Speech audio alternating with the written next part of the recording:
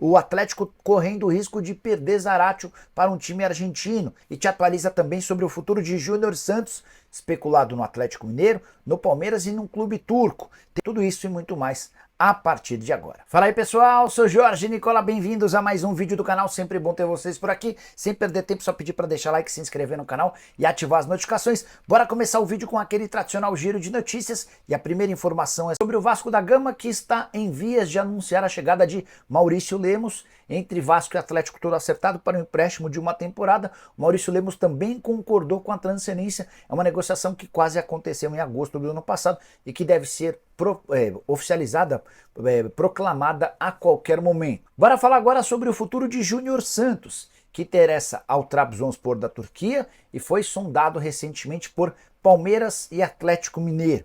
Antes de gravar o vídeo, fui me informar sobre essas negociações, já havia contado para vocês sobre o interesse do Palmeiras e do Galo, certo?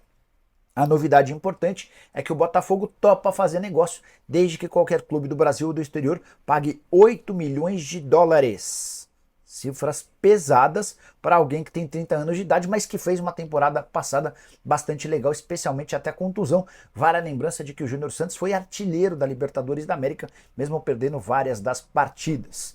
O Trabzonspor da Turquia sugeriu um pagamento de 2,5 milhões de euros, chance nenhuma de o negócio acontecer com essas cifras, ainda que o Botafogo fique com um percentual de uma venda futura. Uma curiosidade, Botafogo e Palmeiras não têm uma boa relação. John Textor e Leila Pereira se detestam.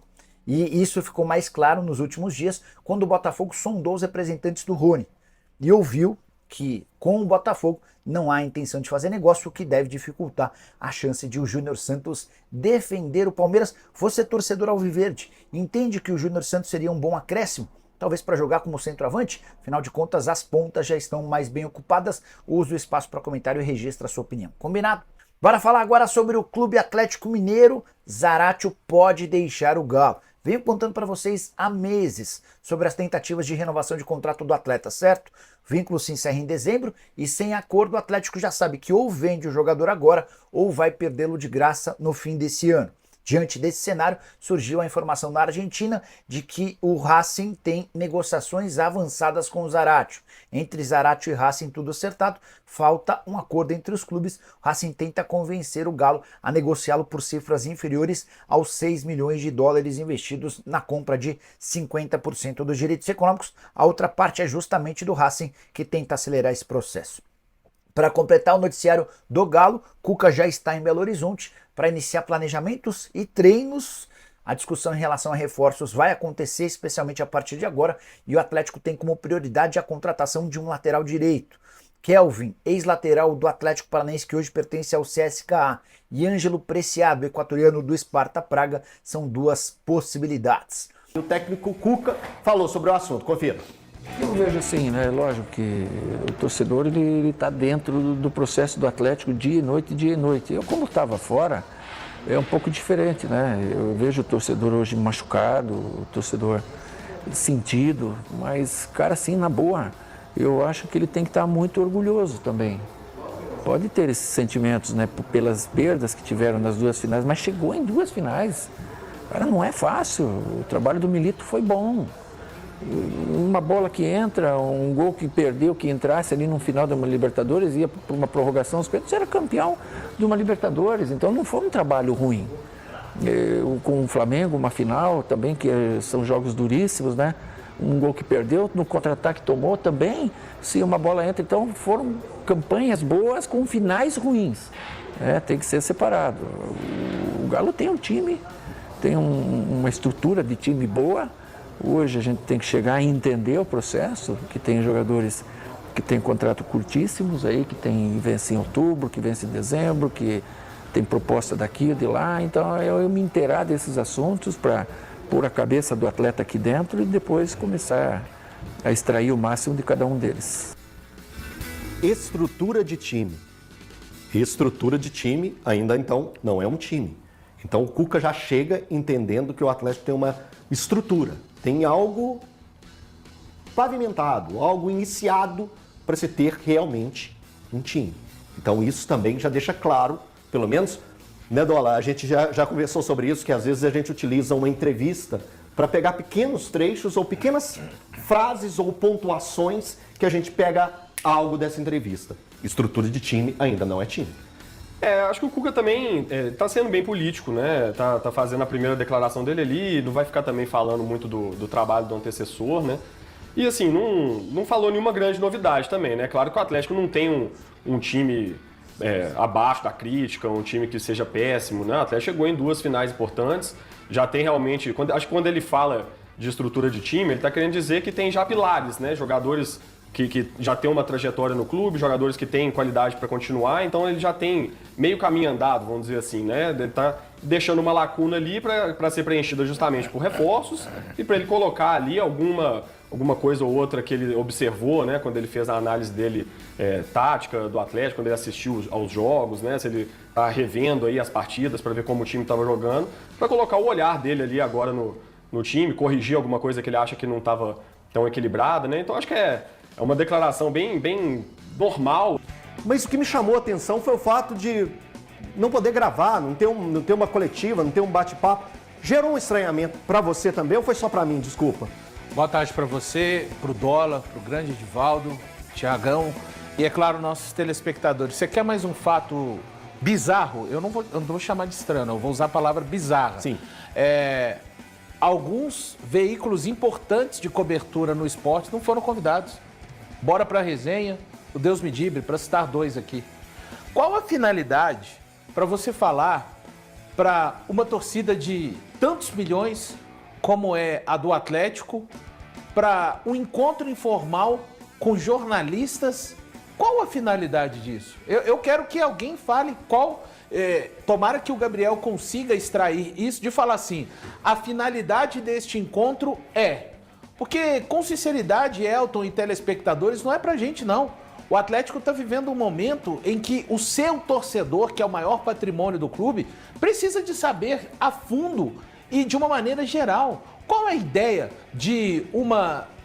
a gente não pode chamar isso, pra mim, Elton, não tem o nome de coletiva. Não. O Atlético está inovando, tá? Nessa ação que está fazendo em pleno 2025. Para mim, normal. Então você acha normal? Então você... Não, peraí. Assim, que não vejo como problema. Você não vê como problema? Não. O Sérgio Santos Rodrigues, quando assumiu no Cruzeiro, ele fez um encontro informal com a imprensa para conversar com as pessoas, explicar o que estava acontecendo, como é que estava funcionando. E aí, a partir dali, as pessoas trazem as informações nos veículos delas.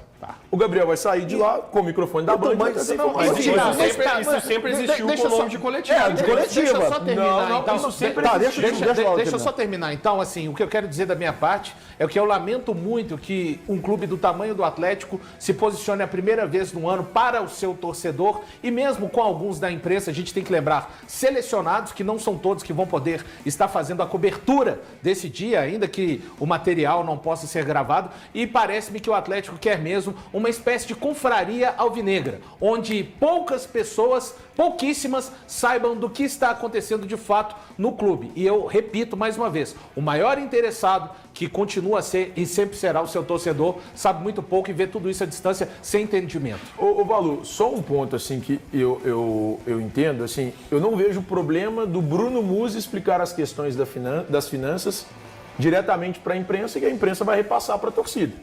Porque a imprensa, na verdade, é a mensageira. Porque não pode gerar o material. Não é problema de ser gravado. O que eu acho que deveria ser feito era, não o Bruno Musi, mas sim alguém da diretoria, dos donos mesmo. Sim. Seja o Rubens, o Rafael, o Ricardo, o Vocário, o Renato, qualquer um que fosse, que ele pudesse chegar e falar sobre Por que a própria TV do clube não põe ao vivo?